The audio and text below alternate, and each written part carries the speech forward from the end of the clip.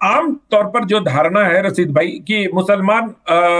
Bharatiya Janata party के पक्ष में चाहे जो भी करने वो वोट नहीं डालते हैं, और ये पूरे देश भर में देखा गया है। और अपवाद कभी नियम नहीं होते हैं। ठीक है, आपने नागपुर का उदाहरण दिया, लेकिन कई बार कई इलाके में बहुत सारा कुछ निर्भर करता है व्यक्ति पर कि कैंडिडेट कौन है और उन कैंडिडेट्स के कैसे संबंध है। अब नागपुर में गडकरी जी को संभव है कि कुछ मुस्लिम वोट मिलते होंगे, लेकिन उसके आधार पर इस आकलन पर पहुंचना थोड़ा मुश्किल है मेरे लिए कि मुसलमान as a whole Bharatiya Janata party को 1 या 1.5% भी पूरे देश में वोट डालते होंगे, क्योंकि उनकी राजनीति अलग है और भारतीय जनता पार्टी की राजनीति अलग है। भारतीय जनता पार्टी की राजनीति इस प्रकार की है कि कई नेताओं को जी। हमने सुना है कि उन्हें मुसलमानों के वोट नहीं चाहिए। ये कहते हैं, बहुत डायरेक्टली कहते हैं, और ये भी उनको कहते हुए सुना है कि हम विनेबिलिटी पर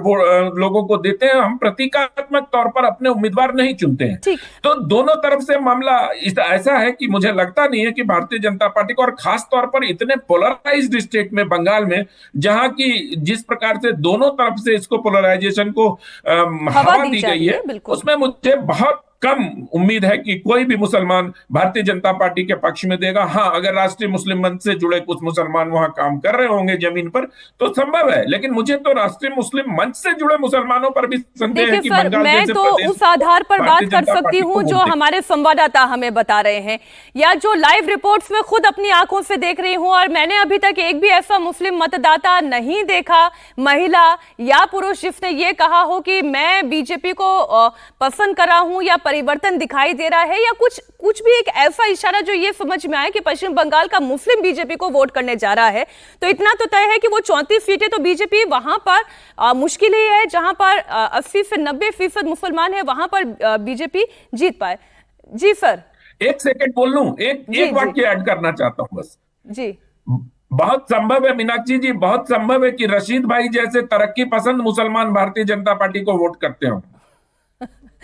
ठीक है, मैं अभी से थोड़े भवानीपुर की लड़ाई में लेकर आती हूँ। मीनाक्षी, मेरा पूरा जोर ये नहीं मैं कह रहा कि कौन सा वर्ग किसको वोट देता है। मैं सिर्फ ये बात कह रहा था कि ये सीक्रेट बैलेट हमारे देश में है, इसको किसी को पता नहीं होता, ये सिर्फ अंदाजा लगाया जाता है। नहीं तो हम भी सर अनुमान ही लगा रहे हैं। अब एक अनुमान में भवानीपुर का लगाना चाहती हूँ, फिर मैं आपके पास आ रही हूँ समीर जी। अब भवानीपुर में ही जो मैं बंगाली हिंदू, गैर बंगाली हिंदू और मुस्लिम फैक्टर देख रही हूँ, तो बंगाली हिंदू जहां पर 42% है, गैर बंगाली हिंदू जहां पर 34% है, जिसमें 26% से ज्यादा आप कायस्थ मान ले, पूर्व भारतीय जिसमें आप बिहार से आने वाला इसका आंकड़ा 14% का मान ले, और मारवाड़ी हिंदू जिनका आंकड़ा 10.4% है, और इसमें फिर अपर कास्ट हिंदू को भी आप काउंट कर ले समीर जी, जिनका आंकड़ा 7% से ज्यादा है।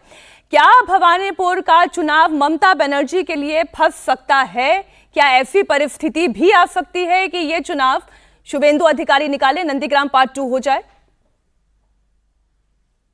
देखिए, निश्चित रूप से इसमें कोई दो राय नहीं कि भवानीपुर ममता बनर्जी के लिए बहुत आसान चुनाव होने नहीं जा रहा है। देखिए, अगर जिस तरीके से पिछले चुनाव में ममता बनर्जी नंदीग्राम पर गई और वहां चुनाव हारी थी, और इस बार ममता बनर्जी ने नंदीग्राम नहीं चुना और भवानीपुर से चुनाव लड़ रही है, और जिस तरीके से वहां पर शुभेंदु ने नंदीग्राम से भी चुनाव लड़ा और भवानीपुर भी चुनौती देने ममता के लिए आए, जिस तरीके से ममता बनर्जी का पूरे भवानीपुर में प्रचार के दिन समय नजर आया, जिस तरीके से अभिषेक बनर्जी वहां पर जब अपने कार्यकर्ताओं से बात करते हैं तो वो कार्यकर्ताओं से कहते हैं कि भाई किसी भी स्थिति में ममता दीदी को अच्छे वोट से जिताना है। तो उनका एक डर बता रहा था, और मुझे लग रहा है कि जिस तरीके से वहां पर अमित शाह जी ने संगठन देखा है, हिंदुत्व की वहां लगातार बात हो रही है, शुभेंदु अधिकारी कह रहे हैं कि हिंदू वोटर हमें मिलेगा। अब उसको, उन वोटर्स को आप बंगाली हिंदू या नॉर्थ इंडिया के हिंदुओं में बांटना ठीक नहीं मुझे लगता है। शुभेंदु अधिकारी खुद बंगला से आते हैं, वो बंगाली हिंदू है। इसके अलावा उत्तर भारत के जो वहां पर लोग हैं, गुजराती कम्युनिटी के लोग हैं, कायस्थ लोग हैं, तो वहां भारतीय जनता पार्टी ने जिस तरीके से बिहार के कायस्थ नेताओं को भेजा है,